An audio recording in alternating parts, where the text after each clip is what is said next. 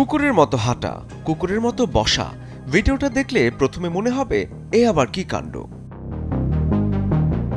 সামাজিক যোগাযোগ মাধ্যমে ছড়িয়ে পড়া এমন এক ভিডিওতে দাবি করা হচ্ছে জাপানের যুবক জাসো, যিনি নেট দুনিয়ায় টোকো নামে পরিচিত, তিনি নাকি নিজেকে কুকুরে রূপান্তর করতে খরচ করেছেন প্রায় 220 কোটি টাকা।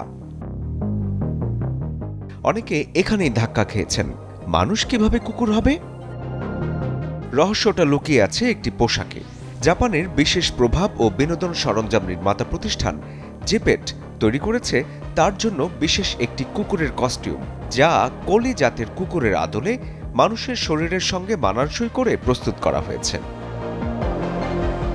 4 কেজি ওজনের এই হাইপার রিয়েলিস্টিক পোশাকটি তৈরিতে খরচ হয়েছে প্রায় 20 লাখ জাপানি ইয়েন, বাংলাদেশি টাকায় আনুমানিক 15.5 লাখ টাকা। আর পুরো কস্টিউমটি বানাতে সময় লেগেছে প্রায় 40 দিন।